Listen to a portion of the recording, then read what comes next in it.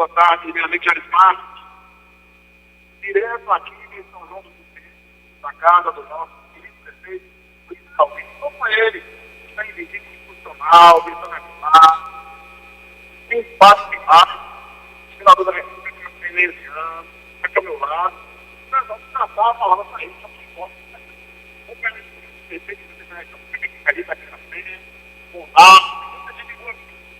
veneziano, senador, o aqui de Guerra, essa visita aqui, na Paraíba, me diz que, digamos, bem-vindo, boa tarde, direto aqui, mas da Rádio. Que alegria, eu estou assim, sorrindo, porque você me apresentou, só não me apresentou dizendo que eu estou também na condição de forrozeiro, porque eu vim atendendo o convite da nossa prefeita Corrinha de Leocino, participar do Chamegão, festa tradicionalíssima que expõe com muita competência, com muito brilhantismo, a cultura de toda a região que polariza Cajazeiras. Muito feliz, muito honrado, ao seu lado, transmitir aos meninos o meu abraço mais afetuoso, pela generosidade de vocês que dispõem a deslocarem-se até São João do Rio do Peixe. Nós estamos na mesa, ou à mesa de refeições do nosso prefeito Luiz Claudino, aqui em São João, sendo ladeados por companheiros e companheiras que me distinguem com as suas atenções, entre os quais está à minha frente aqui o irmão que eu conquistei, o prefeito Expedito Filho, e outros companheiros que integram essa base de apoiadoras e de apoiadores. Vamos festejar mais tarde, saudar as festividades que foram e que estão sendo de forma tão competente levada adiante no Chamegão pela nossa prefeita Corrinha Delfim.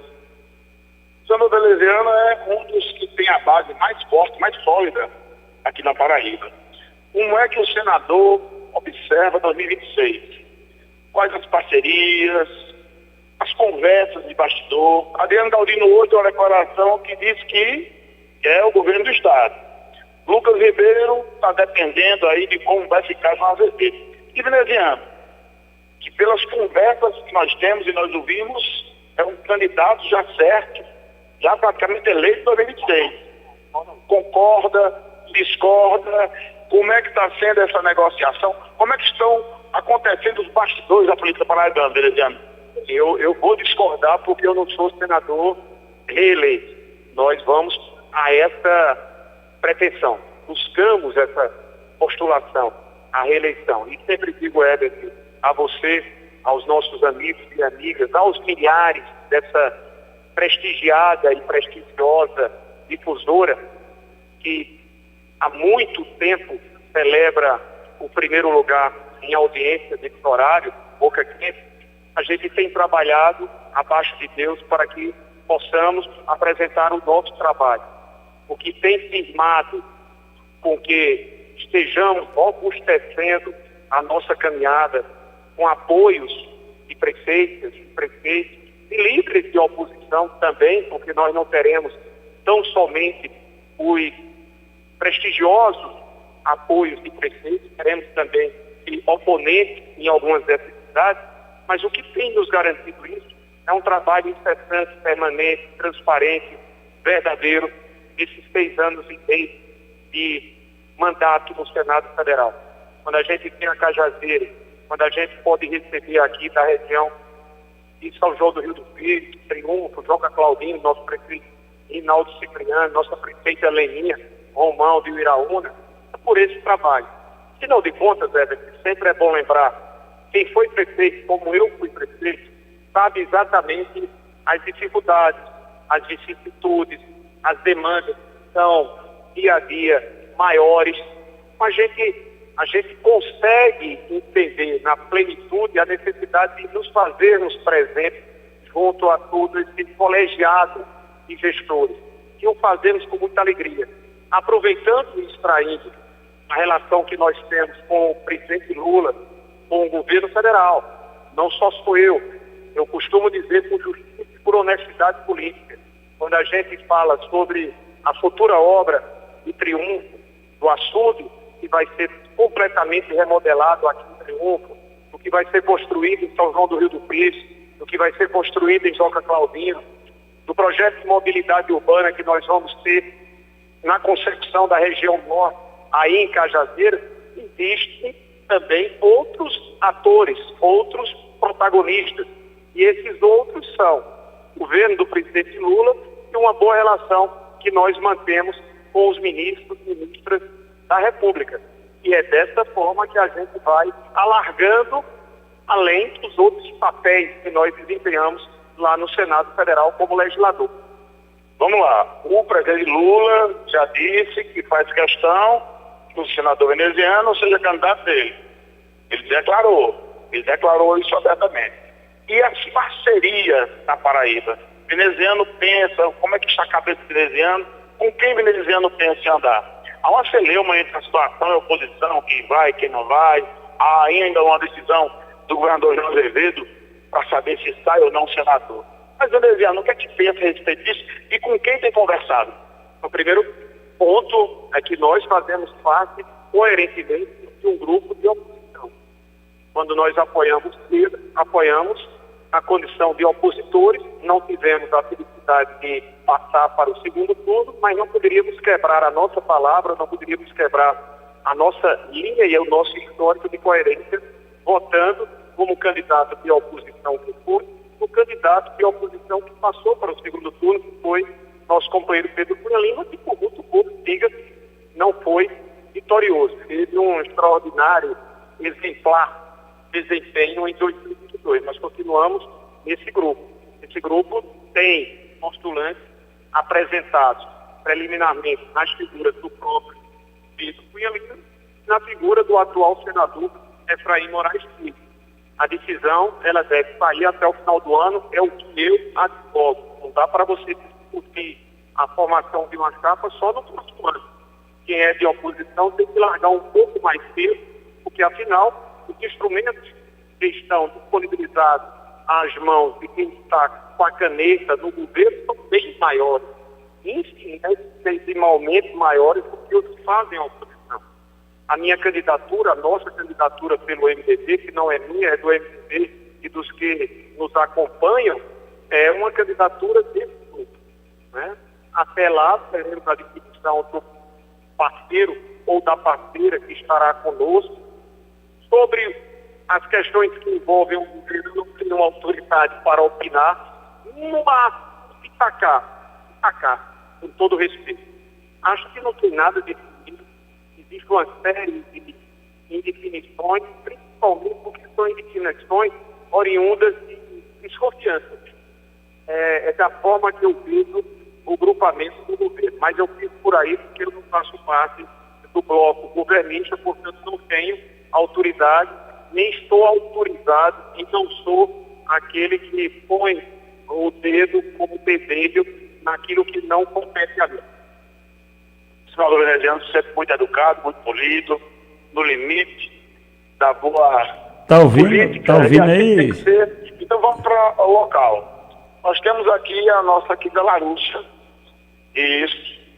E tudo indica que ela será candidata a deputada estadual. Qual a visão de veneziano sobre essa jovem, talentosa, preparada, esposa do nosso prefeito Luiz Claudino? Como é que o senador veneziano vê a candidatura de Larúcia? Entusiasmo. Eu não a conhecia. Eu a conheci quando eu vim participar em Uiraúna do evento do Carnaval. Se eu não estiver enganado, foi no Carnaval e lá presentes estiveram meu irmão e amigo, o prefeito Luiz Claudino, ao lado da senhora sua esposa. E ele me apresentava, dizia veneziano, Larúcia, é postulante ao mandato à Assembleia Legislativa. Tive um contato, fiquei muito surpreendido com a dinâmica, com a desenvoltura. Começamos a ter alguns contatos. Há cerca de 2 meses, fazíamos aqui mesmo, nesse lar, uma reunião com o grupamento político da região, apoiador ao nosso nome, e eu conversei mais devidamente com Larúcia, chamando-me a atenção, a sua capacidade, a sua dinâmica, as ideias que ela expõe. A ponto de eu dizer, Larúcia, o MDB está de portas abertas para que você possa se filiar. Faço uma análise, o grupo é um grupo bom, é um grupo que compete com condições de igualdade, é evidente, há tempo para que você, para que Luiz, para que seu grupamento político, que tem apoios não apenas interessantes, mas muito fortes, como é o caso de Expedito e de outros que integram essa região, a viabilidade da candidatura de Larúcia é posta, é indiscutível e inquestionável. Seria muito, muito bom que ela pudesse se convencer e ir ao MDB. Independente de estar no MDB ou não, no que eu puder colaborar e participar, acho fundamental que nós ampliemos essa participação feminina na Assembleia. Essa visita a São João do Rio do Peixe, a Cajazeiras, o senador falou que era forrozeiro, vai forró. Mas esse encontro com os prefeitos também serve para articular estratégias, para montar um pensamento nessa caminhada em 2025? E quais foram esses planos? Essa discussão que houve está havendo aqui une as duas razões. Eu não poderia deixar de prestigiar o Chamegão, que tem uma história. Quando eu recebi o gabinete de Corrinha e o nosso prefeito, futuro deputado, se Deus quiser, maior liderança, não há como contestar, Zé Aldemir, ele dizia: veneziano, se você puder, ajude-nos para que nós façamos o Chamegão de uma maneira como nós sabemos que é o Chamegão. E eu disse: claro, Corrinha, vamos pleitear. E conseguimos R$800 mil para colaborar com o calendário que foi tão bem feito, tão bem constituído por Corrinha e pela sua equipe. Vim para conhecer, não, porque já tive outras oportunidades. Vim para reeditar a minha presença, sabedor que fui, nesses últimos dias, da grandiosidade da festa. E sabe brincar um pouco. Não posso, evidentemente, pela condição de não estar com minha esposa, que é a minha companheira forrozeira, a Aninha, que ficou em Campina Grande. Mas aí, quando eu disse que viria para a região, aí Expedito, Luiz, Marcos Veron, Rinaldo, os meninos disseram: Vené, antes de você ir para Cajazeiras, vamos nos reunir, bater um papo, estabelecer algumas iniciativas.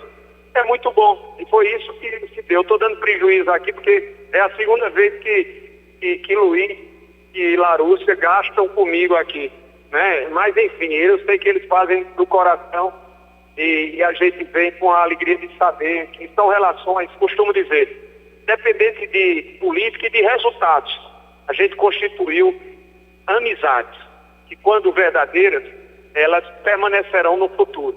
É dessa forma que eu vejo o Expedito, que eu vejo Luiz, que eu vejo Rinaldo, que eu vejo Itamar, que eu vejo Raquel, que eu vejo Piali, que eu vejo Luquinha, né?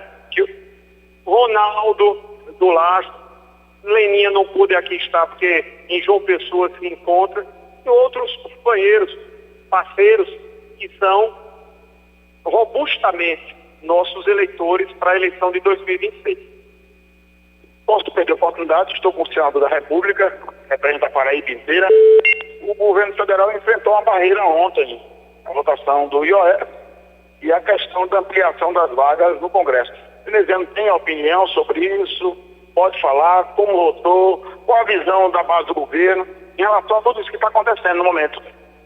Meu irmão, votei favoravelmente a aprovação do projeto de lei complementar. Eu não poderia, não só pela condição de defender que a Paraíba continuasse a ter a sua representatividade mantida com 12 parlamentares. O prejuízo seria gigante. E aí, não sei a opinião dos senhores, como jornalistas, como observadores, é importante que nós façamos e exponhamos o que significa um estado do Nordeste, de uma região que ao longo dos séculos sempre foi uma região menos atendida.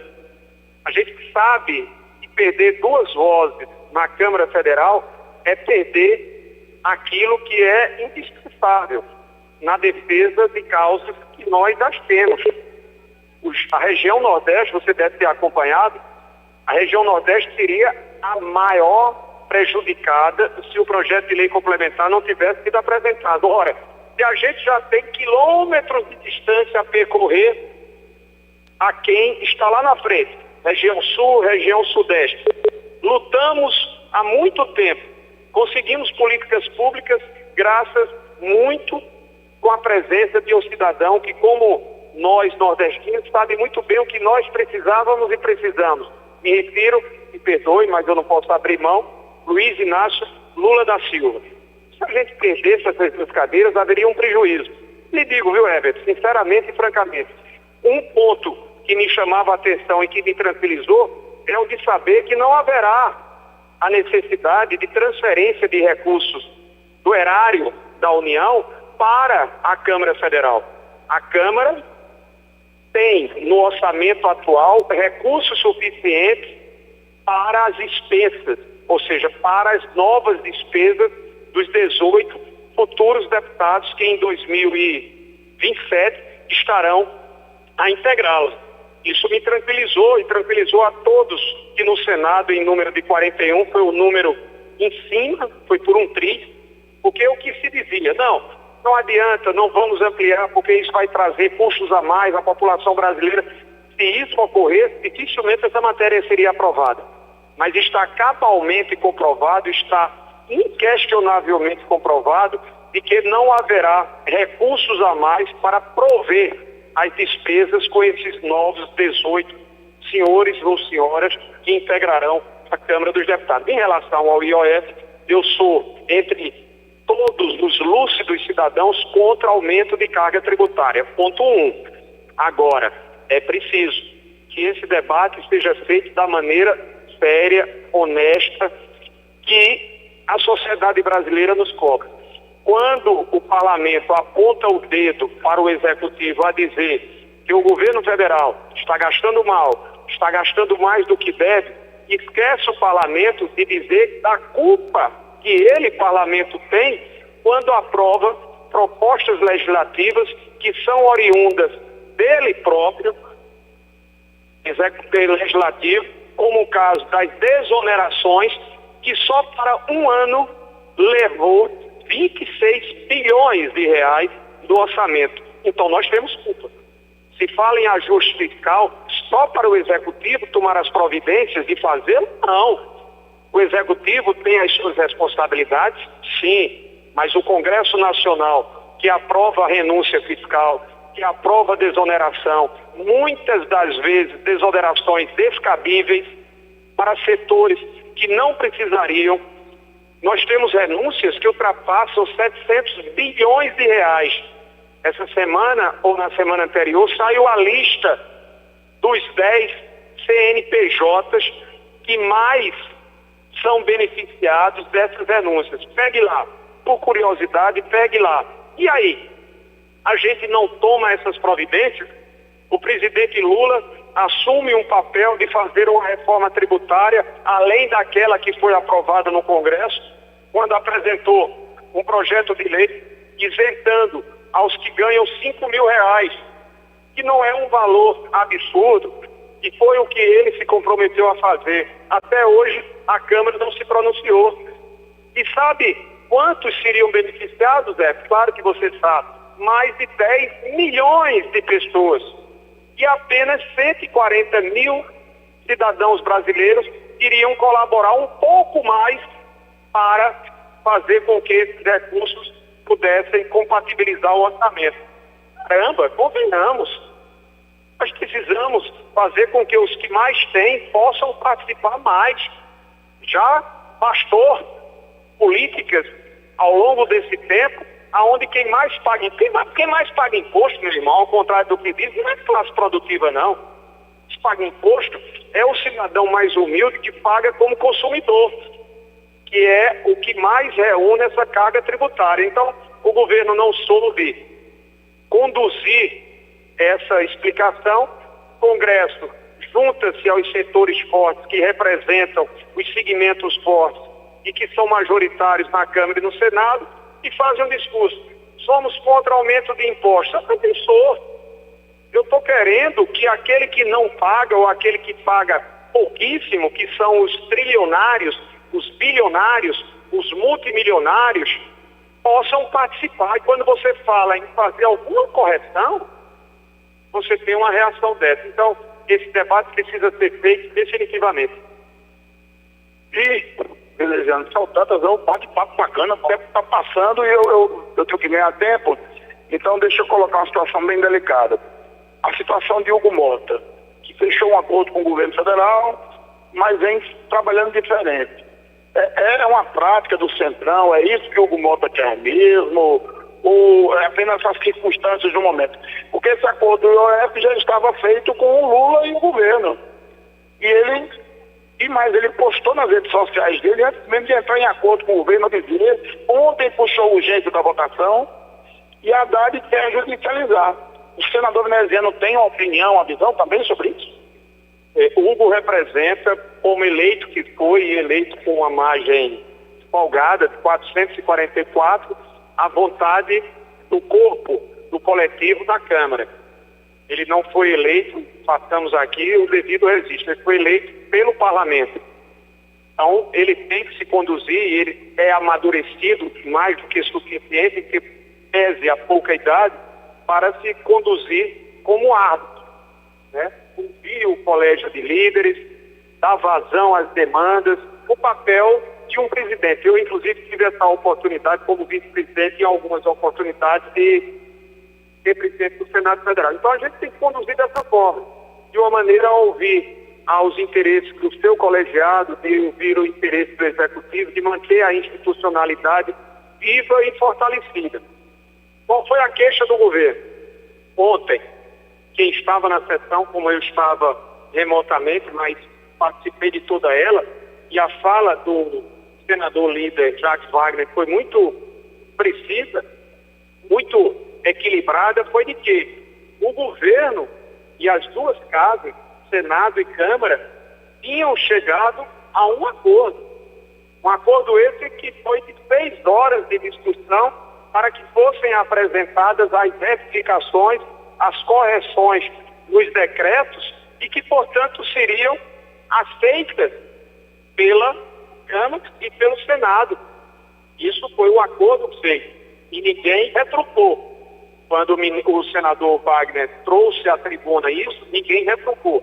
Bem, poucos dias depois, poucas horas depois, aquilo que tinha sido definido na residência oficial da Câmara dos Deputados deixou de existir.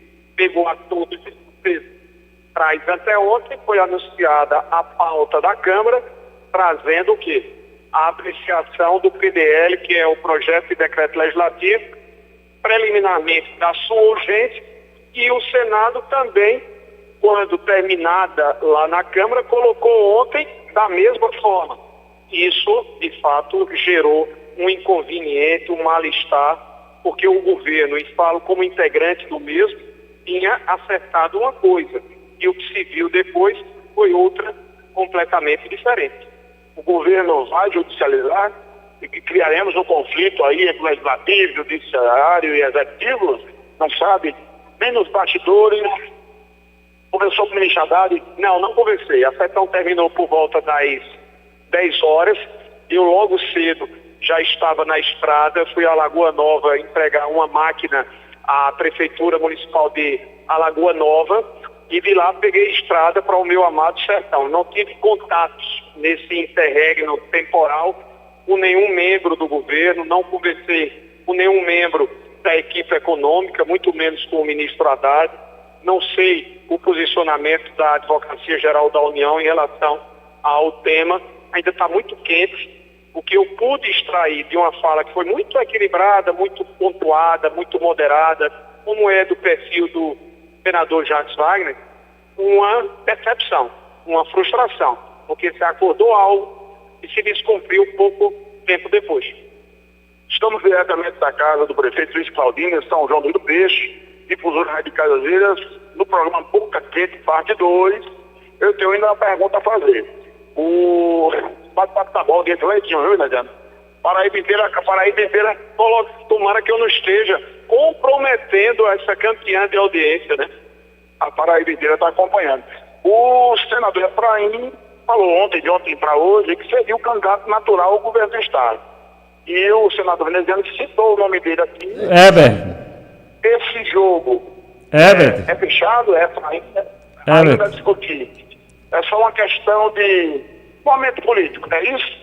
O que é que o senador teria a falar especificamente sobre essa candidatura? Sobre isso, renovar aquilo que disse há pouco e tenho reiterado em todas as oportunidades. Efraim é um dos nossos nomes, reconhecidamente, pela sua qualidade, pelo seu desempenho, pelo seu histórico. Ele é um dos nossos postulantes ao governo ao lado de Pedro. Como também de outros que, porventura, venham a se apresentar. Até esse instante, não. Só ambos, Efraim e Pedro. O que eu tenho falado é que essa decisão, ela deve ser tomada até o final de 2025, com base cientificamente nos critérios que norteiam decisões políticas, né, de aceitação, de rejeição, de projeção, de número de apoios. Exatamente. Então, até dezembro, a minha defesa é a de que tenhamos o nome, seja de Efraim, seja de Pedro, seja de um outro ou outra companheira que apresente-se até lá, mas que nós formemos esse grupo, essa chapa, no caso, majoritária, até dezembro do atual ano. Adriano, senhor, estaremos à noite, logo mais, aí o senhor volta comigo, eu vou estar lá fazendo a companhia e fazendo a cobertura. Professor, professor. A idade não está deixando muito professor, bom, viu? Professor. Então eu vou deixar o espaço para que o amigo se despeça professor, aqui. Professor, está ouvindo, professor? Está ouvindo, professor? Com a candidata, pré-candidata, professor, deputado estadual Larúcia e demais prefeitos que estão. Vamos para mais de meia hora de bate-papo, então eu vou deixar aqui o espaço para as considerações. Eu não sei se a minha bancada tem condições de fazer pergunta, de participar, deixar com o Juninho aqui. Tem como fazer por aí, meu amigo Jarismar, meu amigo Ian? Sim, professor. Sim, professor. Cansado, sim. Mas atendendo a gente com o maior carinho e atenção do mundo. Sim, professor. Eu queria perguntar ao senador veneziano duas coisas rapidinhas. Aqui, o pessoal de Caiazeiras está dizendo que você vai trazer outro presente hoje para Caiazeiras, vai anunciar outra emenda para Caiazeiras. E estão perguntando se o senhor não podia botar uma emenda para modernização e ampliação lá no aeroporto que tem, seu irmão também inclusive colocou recursos para o centro de passageiros lá do aeroporto. Se o senhor poderia colocar uma emenda para lá, para o centro de passageiros do aeroporto de Cajazeiras. E também qual o outro presente que o senhor trouxe para Cajazeiras hoje? E aí, dentro desse contexto, me permita também, professor, rapidamente, o senador tem um tempo muito corrido, mas aqui eu quero deixar também duas indagações. Uma, primeiro, referente à possível federação. Estava se comentando nos bastidores da política uma federação envolvendo o MDB e o Republicanos. Como é que se estão essas tratativas políticas, né, o amadurecimento dessa federação. E a segunda é um detalhe importante. O senador menciona que o Congresso Nacional tem culpa quando, por exemplo, aprova a questão, a prorrogação de desonerações, como foi no caso a desoneração da folha de pagamento. E aí eu quero indagar ao senador veneziano como é que ele vê esse contexto envolvendo essas emendas parlamentares. Hoje, o Congresso Nacional detém 20% do orçamento discricionário da União, o que totalizam aí 53 bilhões de reais em emendas. Né? A título de informação, em 2022, por exemplo, o que era fixado no percentual de 1,2% da receita corrente líquida foi estendido a 2% no caso das emendas individuais. Seria possível o Congresso Nacional, nesse sentido, também abrir mão de uma fatia desses vultosos valores bilionários destinados às emendas parlamentares? Vamos lá, para tentar ser o mais objetivo, em razão de outros companheiros, entre os quais o mais importante, pela condição de ser o nosso anfitrião, nosso prefeito Luiz Claudino. Primeiro, eu não disse e não contestei a desoneração da folha de pagamento. Não. Eu disse que há desonerações, houve desonerações de muitos setores, a última delas para 17 setores, e ao pé da letra, se os senhores observarem, pesquisarem, algumas dessas ou alguns desses setores não tinham razão para esse benefício, esse tipo de desoneração. Eu não falei em relação à desoneração especificamente, eu falei de alguns setores que, de fato, ao longo de uma história, porque essas renúncias fiscais que dão, não apenas nesse período atual, no período anterior, muitos foram os governos, muitos foram os congressos, as composições congressuais que incorreram em atitudes como essa. Um congresso que, vez por outra, celebra refis, alguns justificáveis, outros nem tanto. É isso que precisa ser equilibrado. Eu penso que vocês próprios hão de convir. Nada justifica que tenhamos 800 bilhões de renúncia fiscal. Nada justifica. Ponto 2. Já disse, como parlamentar, já subi à tribuna a dizer que há um exagero em relação às participações do Congresso no orçamento. Acho a mais do que o sugerível. Não é que eu não defenda as indicações de emendas, não é que eu não defenda as emendas de bancada, não é que eu não defenda as emendas de comissão. Eu defendo uma participação na medida do defensável. Acho que houve uma ampliação a mais que termina implicando numa retirada do orçamento e da competência do Executivo de agir. Isso é fato. Se eu digo dessa forma, não é desconhecendo que nós, enquanto parlamentares, que discutimos a LDO, que votamos a lei orçamentária, não tenhamos o direito também de fazer sugestões que são importantes. São importantes quando você defende aqui o açude de São João do Rio do Peixe, que defende o açude de Joca Claudino, que defende a reforma do açude de Triunfo, que defende através de indicação o projeto urbanístico para a região norte de Cajazeiras, que foi o pedido de Corrinha, que defende através de custeio para a saúde de Cajazeiras e de diversos outros municípios, que defenderá, caso seja uma reivindicação de Cajazeiras e da região, investimentos para o nosso aeroporto, até porque temos participação, a sinalização foi ainda do tempo do senador Vital do Rego Filho, a sinalização do aeroporto de Cajazeiras, do aeródromo. Então, eu vejo dessa forma, não tenho dificuldade nenhuma de dizer que há um exagero em termos de participação congressual no orçamento. Respondi às 3, faltou um. Tem ainda um reforço, aqui, Jair Maia.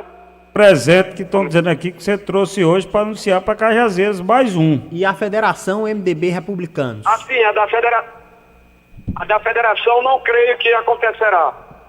Não creio. Não vejo indicativos nesse sentido.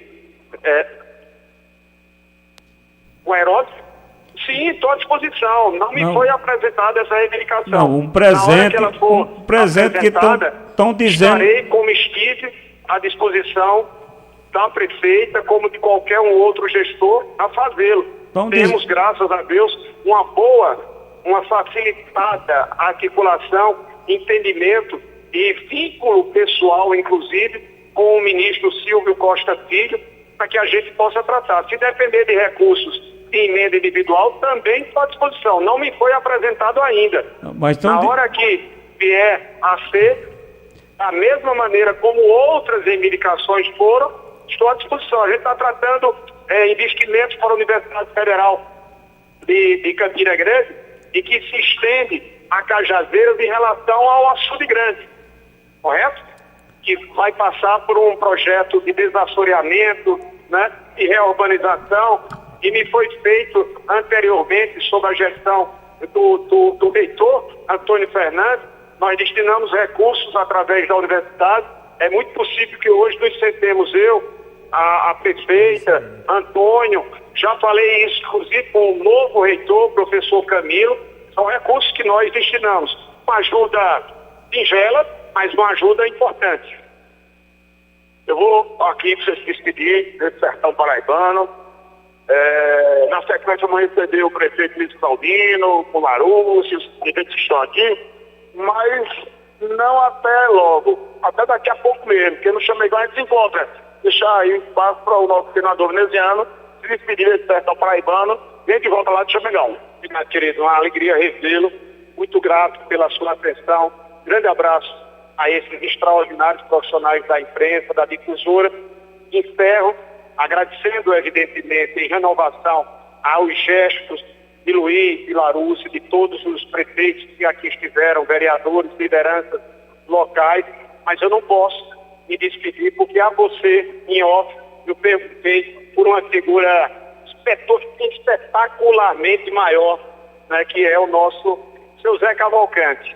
Eu fiquei muito feliz porque está novo em folha, Vené. Então um abraço, seu Zé. Tudo de bom para o senhor. O senhor é uma relíquia viva de todos nós. Um abraço, boa tarde. Eu sou o senador veneziano